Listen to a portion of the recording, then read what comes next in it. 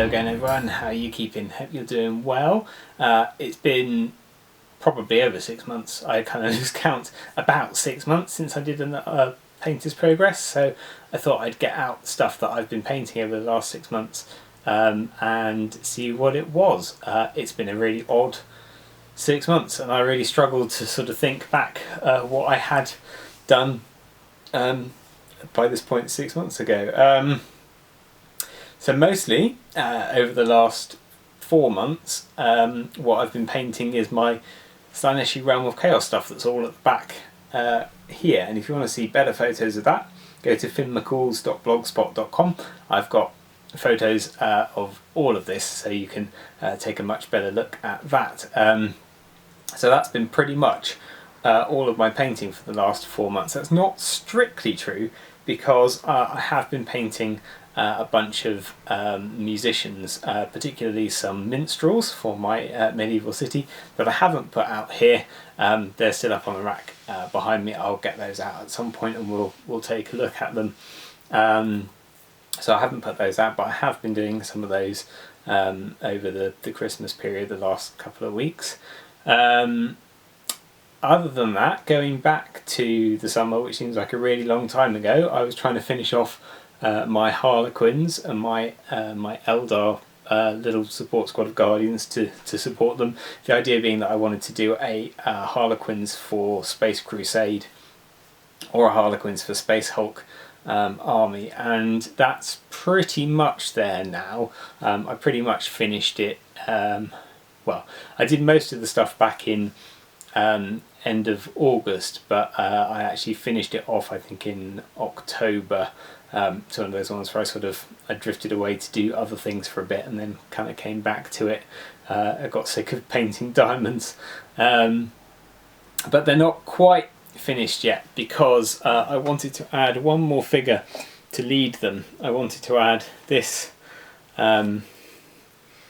Harlequin high avatar, and he was one of the first figures that I saw in he was on the Space Crusade Hero Quest little advertising flyer that came in the box, painted up by Mike McVeigh. But he was he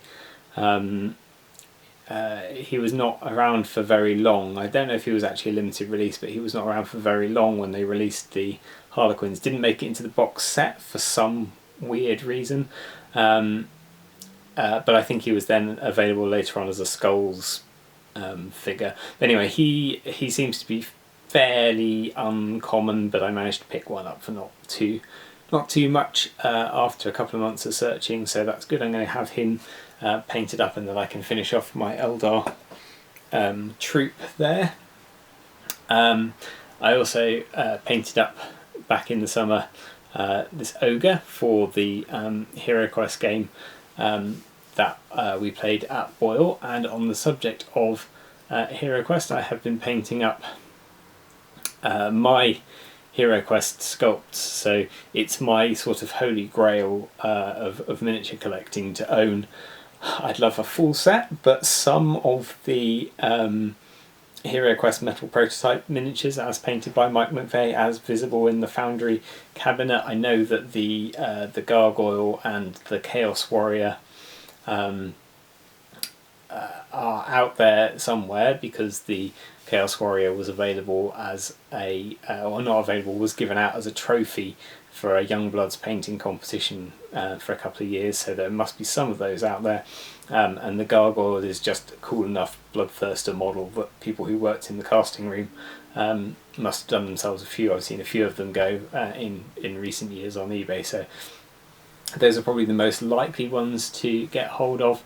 I've also seen some of the Necromancer dude from Wizards of Morcar, and the Orc Shaman from Wizards of Morcar, and the Storm Mage Baruch from Wizards of Morcar, but I actually have one of those. He's the one that I have currently. The others I have no idea. I doubt I doubt anyone in the casting room thought that the Hero Quest Orcs or goblins or Fimir, which would be brilliant for me, were cool enough to cast them up, but they might have done. If you know of any leads, let me know. Anyway, I thought that it would be a good sculpting exercise for me to sculpt my own versions of those figures, which I did, and so now I've been painting those up to try and get close to the HeroQuest box art, because basically all things HeroQuest are on my radar, as you will know. So those I did, and they were on the table at that Bring Out Your Lead game as well. Some were more successful than others. I learnt quite a bit doing the sculpting, so like I'm quite happy with how my Chaos Warrior looks up against the picture on the flyer. But size-wise, he's nowhere near as beefy as, say, a Slambo. So I need to be a bit bolder, making the armoured figures bigger and beefier and chunkier. My Goblin, again, he's based on a two-dimensional photograph of the Goblin. So from the front, he looks okay. From the side, he looks a bit sort of weird and flat. I think I could have made him more hunched, and going back and looking at the figure in the Foundry cabinet, he's very much more hunched forwards, and his head is a lot more prominent.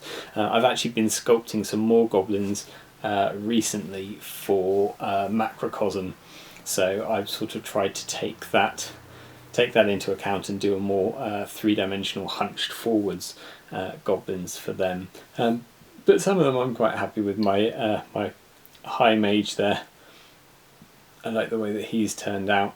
I like the way that my elf has turned out, even though his chin is rather squarer, and it's not as pointy as the very pointy chins on high elves. So again, I've been doing some elves recently and tried to focus on making their chins a bit more pointy, a bit more elfin perhaps.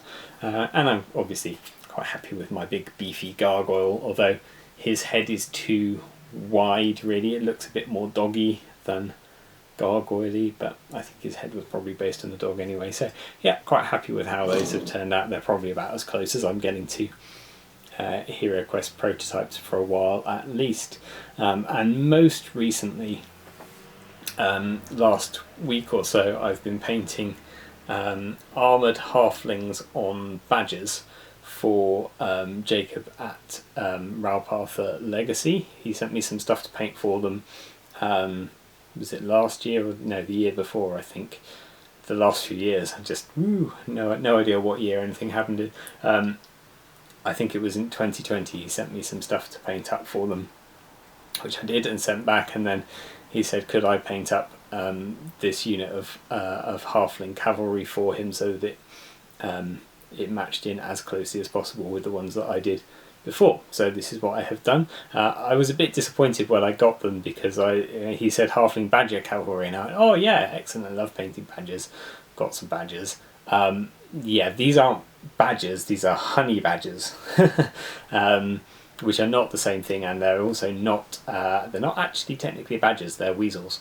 But yeah, honey badgers was what he meant. So these are honey badger cavalry, probably a lot more vicious than regular badger cavalry, but not quite as fun perhaps. And there's a little chariot with these guys in. So these I'll finish painting them up over the next week, and they'll have a heavy coat of varnish, and then they will be going back to the States. Yeah, so I will try and get some photos of those villages. I should get my trays out. So, in addition to my Realm of Chaos stuff, these are all trays of villagers, civilians, clerics, townsfolk of one type or another that I've picked up over the last couple of years. Every time I've seen townsfolk going cheaply or found a new source of civilian adventurers. Oh no. So there are a lot of these farmers and field workers and magic users and traders and clerics and general peasants. So I'm really not, even though when I paint them, I don't paint them with any kind of elaborate, you know, they're just background civilians, because I have this grand scheme of doing a wartime but in a non-smashed city at Bring Out Your Lead one year, getting Heldenhofen out again and either doing some Warhammer Fantasy roleplay in the city or doing some wartimey stuff where you've got loads of civilians mulling around. But yeah, I keep doing, you know, batches of a dozen civilians in a week and thinking, oh yeah, that's good progress. But it does seem like I'm buying civilians quicker than I'm painting civilians. So when I get my Slaaneshi army out of the way, I think this will be my big project to crack on with my civilians. But they are quite good palette cleanser. I'm enjoying doing them as a quick, no frills, throw base colours and washes on them.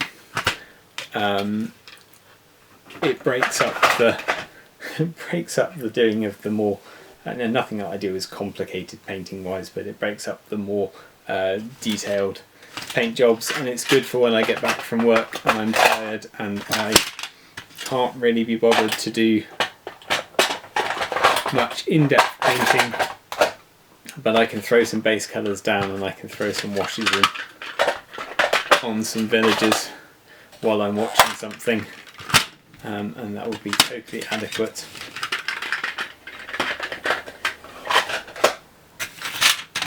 But I must stop buying more civilians. I have this thing in my head that they're a bit of a rarity because most people are making soldiers. So when I see civilians, I think, oh, I should pick these up because usually they're quite cheap, and there also aren't that many of them out there. And I need quite a lot for my city to look like it's properly populated. But looking at my shelves of civilians, I think I'm probably doing alright on the population front. I don't think I need any more civilians. So that has been my painting for this 6 months. The time has flown by, so I'm sure it won't be long again before we take a look at the next 6 months. But do join me next week for something different. Take care.